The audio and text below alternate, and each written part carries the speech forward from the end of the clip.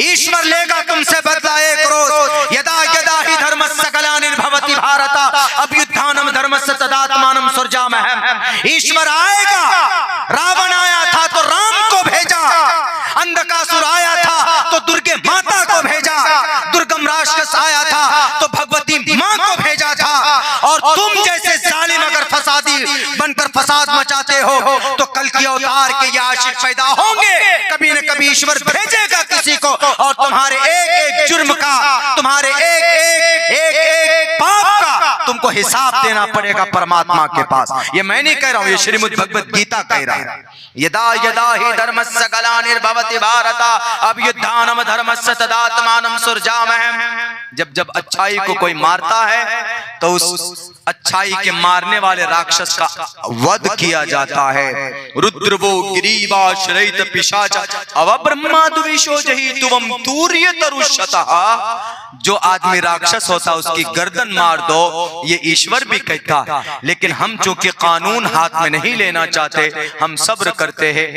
हम यही कहते हैं कि खुदा के वास्ते जुल्म सितम नहीं होना चाहिए। हमारे इस मुल्क हिंदुस्तान के अंदर पुरअमन तरीके पर रहना चाहिए। मेरे भाइयों, 1.5 घंटे का वक्त हो रहा है, बस 2-3 मिनट में एक बात और कह दूं तहफ़्फ़ुज़ औक़ात के ताल्लुक से, उसके बाद फिर नमाज का वक्त है।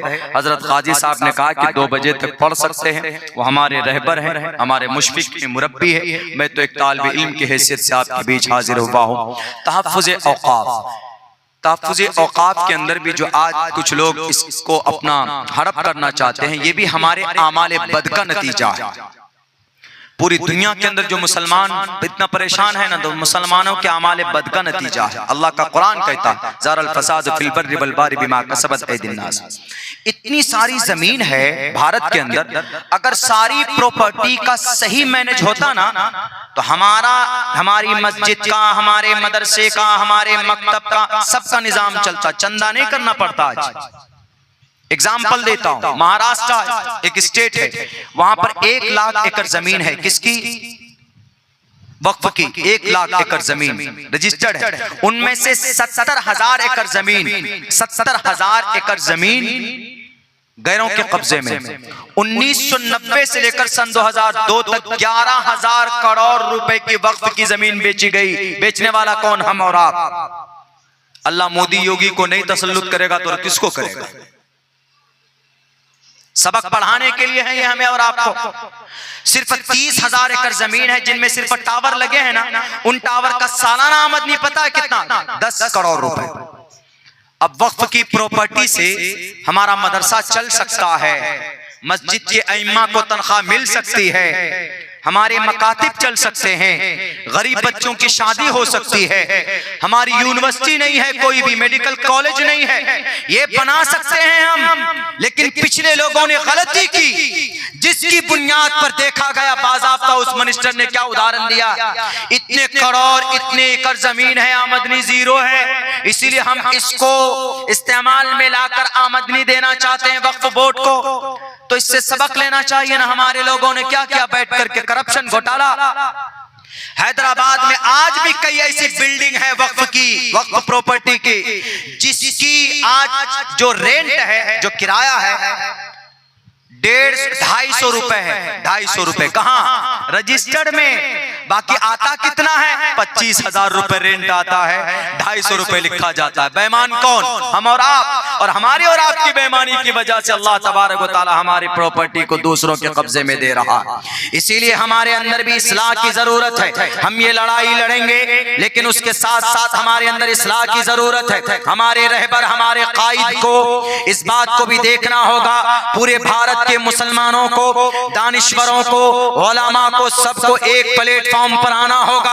आज हमारे लोग बिखर रहे हैं, हमारे हर तरह के तबके के अंदर में दरार है, दानिश्वर तबके में भी दरार है, उलमा बिरादरी में भी दरार है, हमारी तंजीमों में भी दरार है। इसीलिए मैं ये भी पैगाम दूंगा, चूंकि एक इस्लाही बात कहने चाह रहा हूं, जो भी हो अगर बटेंगे तो अल्लाह की मदद नहीं आएगी। जितने भी दुनिया के अंदर मुसलमान हैं, खुसूसन भारत के अंदर जितनी भी तंजीमें, चाहे जमीयत उलमा हिंद हो, मुस्लिम पर्सनल लॉ बोर्ड हो और अमारत शरिया हो या जमात इस्लामी हो, जमात अहले हदीस हो, जमात बरेलवी हो और जो भी तंजीमें हैं, जो भी मकतबे फिक्र के लोग हैं, अगर एक प्लेटफॉर्म पर खड़े होकर मुत्तहिद होकर लग सकती। लेकिन एक डॉक्टर कहता है अगर किसी को मुहलिक बीमारी लग जाए तो उसको दुनिया की कोई ताकत नहीं बचा सकती, कोई दवाई नहीं बनी कि अगर आदमी को शिद्दत की गर्मी और लू लग जाए तो आदमी बच नहीं सकता है, because there is no any kind of medicine. इस तरह की बीमारी के लिए कोई दवाई तैयार नहीं की गई। लेकिन उनसे जब पूछा गया कि जरा बताइए इस मुहलिक बीमारी से बचने का कोई रास्ता तो होगा, तो उस डॉक्टर ने एक फार्मूला अप्लाई किया और उन्होंने कहा कि हाँ, जो लोग सर पर कपड़ा बांधते हैं, जो लोग सर पर कैप यूज करते हैं, जो लोग सर पर टोपी इस्तेमाल करते हैं, उनको कभी भी चाहे 50 डिग्री की गर्मी क्यों ना हो, 60 डिग्री की गर्मी क्यों ना हो, उसको कभी भी लू जैसी मुहलिक बीमारी नहीं लग सकती। उनकी ये तहकीक है। कहा कि क्यों जी? कहा कि लू, हरारत, गर्मी, लू कहां से इंसान के अंदर वो मुहलिक बीमारी पैदा होती? पूरी बॉडी में कहीं नहीं, बल्कि सर का जो पिछला हिस्सा, इस हिस्से पर अगर ज्यादा गर्मी हो जाए, अगर हरारत ज्यादा पैदा हो जाए इस हिस्से पर, तो आदमी इस मुहलिक बीमारी का शिकार हो सकता है। और आप जानते हैं कि अगर कोई टोपी इस्तेमाल करता है तो उसका सर का पीछे का हिस्सा ये ढका हुआ होता है। 1450 साल पहले, जिसको आज डॉक्टर साइंस के जरिए से प्रूव करती है कि इसके अंदर फायदा है, वो हमारे नबी 1458 साल पहले बताकर चले गए। दुनिया के नफरत परस्तों, हमारे नबी की सुन्नत का ये फायदा है, जिसकी तुम दवाई नहीं बना पाए, उसकी दवाई हमारे नबी ने टोपी की शक्ल में बनाकर और मुसलमानों के लिए सुन्नत बना करके दे दिया कि जो सुन्नत भी है और गर्मी में लू से इसी मुहलिक बीमारी से बचने का एक रास्ता भी है। अगर ये तरीका, ये पैगाम कहीं मिल सकता है तो जनाब मोहम्मद रसूलुल्लाह सल्लल्लाहु अलैहि वसल्लम की जीवनी में मिल सकता है। इसीलिए कहा जाता है, संस्कृत में कहा गया है, नराशंसम महाप्रिय मस्यज्ञ। संस्कृत है, ऋग्वेद का ये मंत्र है, बहुत मशहूर मंत्र है, श्लोक है। इसका मतलब है कि नर आशंस मतलब मोहम्मद। मोहम्मद ऐसी जात का नाम है जिससे लोग बेपनाह मोहब्बत करेंगे, इतनी मोहब्बत करेंगे कि मोहब्बत का अंदाजा नहीं लगाया जा सकता, कितनी मोहब्बत करें। हम लोगों ने मोहम्मद अलैहिस्सलाम को देखा नहीं देखा, तब भी उनका नाम आता है तो दुरूद पढ़ते। हम लोगों ने सहाबा को नहीं देखा, तब भी सहाबा इकराम का नाम अदब व एहतराम से लेते। हमने मोहम्मद अलैहिस्सलाम की जीवनी को, उनके ऊपर होने वाली वही जो हजरत जिब्रील आते थे, उनको भी नहीं देखा। लेकिन आज की तारीख में अगर रामगिरी महाराज जैसा व्यक्ति अगर वो नबी पाक अलैहिस्सलाम के शान में कुछ बोलता है तो हमारा खून खौल जाता है कि आपने नबी के शान में ये बातें क्यों कही। बेबुनियाद बातें, बेबुनियाद बातें ही कहते हैं लोग, बिल्कुल बेबुनियाद, जिसकी कोई हकीकत नहीं, जिसकी कोई सच्चाई नहीं। मैंने अपने खुतबे के अंदर 2 मंत्र पढ़े। अभी सबसे ज्यादा किस बात पर वावेला है? कुछ नहीं मिला नबी की जिंदगी में, तो अरे तुम्हारे नबी तो 6 साल की बच्ची से विवाह निकाह करता है, 9 साल की उम्र में विवाह करता है। एक 50 साल का उम्र दराज शख्स एक 6 साल की बच्ची से विवाह कर रहा है। इससे बड़ा जुल्म क्या हो सकता है? और वो खुलकर मंच पर बोलता है। वो शख्स रामगिरी महाराज साहब, आप जाहिल हैं, आपको अपने शास्त्र के बारे में ज्ञान नहीं है। हम नहीं कहते हैं कि आप हमारे कुरान और हदीस को उठाकर देखो, अपने अगर महाभारत को उठाकर देखते तो आपके इस सवाल का जवाब वहां पर मिलता। महाभारत में कहा गया, परमात्मा ने महाभारत के अंदर श्री कृष्ण जी ने खुले लफ्जों में कहा, त्रिशदसो दश वर्षा भार गोविंदे नग्निकाम एकविंशति वर्षा वा सप्रा वर्षा वाप्नुयात् यथा वायुं समाश्रिते सर्वजीवन्ते जन्तव तथा ग्रस्तामा वर्तते इतारा शरामा।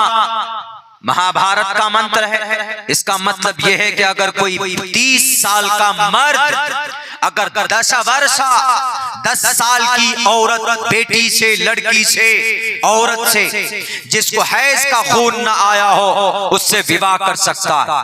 त्रिशदशो, त्रि मतलब 3, एकम 1, द्वे 2, त्रीणि 3, चतुर 4, चतवारी 4, पंचावती पंचा 5 को बोला जाता है। त्रिशदशो 10 को शद बोला जाता है, 6 को षट बोला जाता है, 7 को सप्त बोलते, 8 को अष्ट बोलते, 9 को नव बोलते, 10 को दशा बोलते। इसी में लगा दिए त्रिशदशो, त्रिशदशो, चतुर्शदशो 40, पंचाशदशो 50 और षट शदशो 60, सप्त शदशो 70। बढ़ाते जाएंगे तो मिलता जाएगा।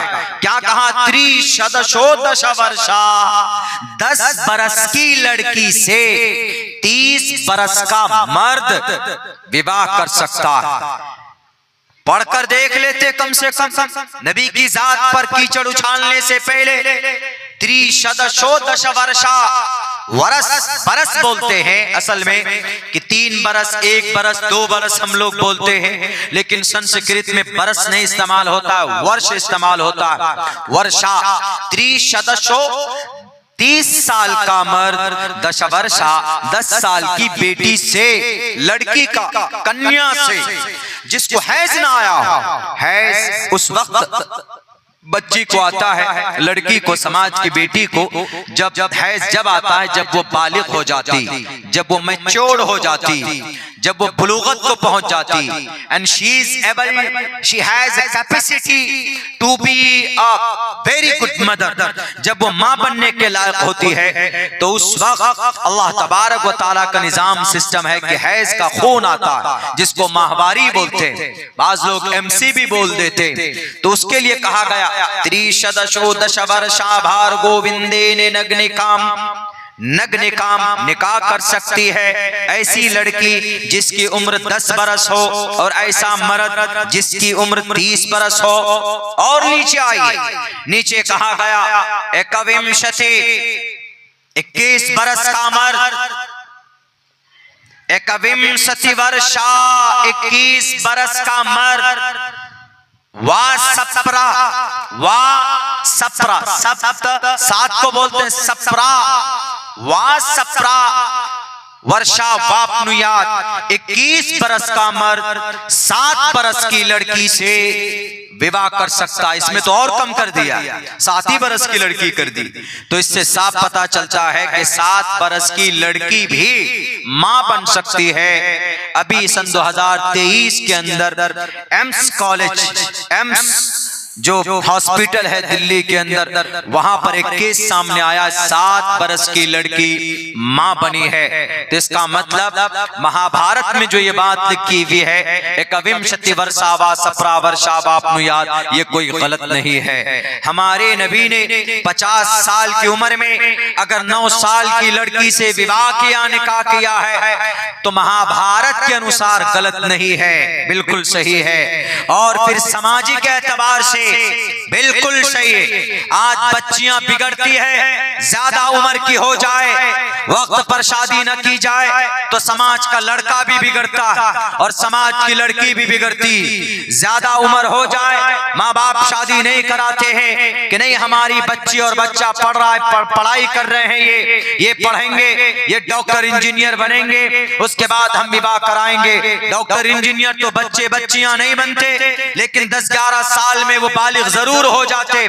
फिर वही और वही बच्चे और बच्चियां वो बॉयफ्रेंड गर्लफ्रेंड का ये निजाम अपना कर वो कोर्ट मैरिज करते हैं, माँ बाप के विरुद्ध जाकर, अपने पेरेंट्स के खिलाफ जाकर, जिससे समाज का निर्माण नहीं होता, बल्कि समाज के अंदर में बीमारी पैदा होती। ये बॉयफ्रेंड गर्लफ्रेंड के चक्कर में समाज की बेटियों के जिस्म के 60 टुकड़े किए जाते, समाज की बेटियों के जिस्म के 35 टुकड़े किए जाते। उठाओ दिल्ली का वो कान शरद था और आफताब का, अगर श्रद्धा का उनके जिस्म के 50-35 टुकड़े किए गए तो ये बॉयफ्रेंड गर्लफ्रेंड वाला रिश्ता था। पुष्कर धामी जी को समझाए जो कहते हैं कि शादी से पहले बॉयफ्रेंड गर्लफ्रेंड, लड़का दोस्त लड़की दोस्ती बन सकती है, नाजायज है, हराम है। हमारा इस्लाम मना करता है। लड़की से तभी बात की जा सकती है जब उससे निकाह हो जाए, लड़की से तभी निकाह की जा सकती है जब वो लड़की आपकी मजहब की हो। वला तनकिहुल मुशरिकाति हत्ता युमिन वला तनकिहुल मुशरिकीन हत्ता युमिनु। कोई अगर मोमिन लड़का किसी गैर मोमिन लड़की से विवाह करना चाहे, नॉट एक्सेप्टेबल। कोई भी गैर मोमिन लड़की किसी मोमिन लड़के से निकाह करना चाहे तो इज नॉट एक्सेप्टेबल, वह काबिल कबूल नहीं। ये सिस्टम के खिलाफ है। हमारे नबी ने बताया कि अगर तुमको समाज के अंदर एक बेहतर सोसाइटी पैदा करना हो तो किसी औरत से, अगर तुम्हें किसी औरत से रिश्ता बनाना है तो नाजायज संबंध मत बनाओ, उससे विवाह करो, उससे शादी करो। इसलिए कि शादी की वजह से तुम्हारे निगाह और शर्मगाह की हिफाजत होती और उस औरत को एक इज्जत मिलती है, बिकॉज इसलिए कि वो एक बीवी बन गई, वो एक शरीक हयात बन गई। लेकिन जो खामखा इसी बिना निकाह के रिश्ते बनाते, ये जो हमारी बच्चियां मुर्तद होती, अपने आशिक के दिल फेंक डायलॉग पर मर मिटती कि तुम्हें हमारी चांद हो, हम चांद पर जाएंगे, तारे तोड़ कर लाएंगे। लड़कियां पागल बन जाती। तुम्हें शर्म आनी चाहिए कि नाजायज संबंध को कहते हो कि ये मॉडर्नाइजेशन है, ये लिव इन रिलेशन है। ये खोखला करने वाला, ये सिस्टम, ये समाज को बर्बाद करने वाला निजाम दुनिया अप्लाई करना चाहती। सबसे बेहतर निजाम वो है जो अल्लाह के नबी अलैहिस्सलातु वस्सलाम ने हमें और आपको बताया। अल्लाह के नबी अलैहिस्सलाम ने फरमाया, ए लोगों, समाज के अंदर अगर बेहतर सोसाइटी को पैदा करना है अपने माशरे में, नाजायज संबंध नहीं, नाजायज ताल्लुकात नहीं, मोबाइल वाला रिश्ता नहीं। मन इस्तताअत मिनकुम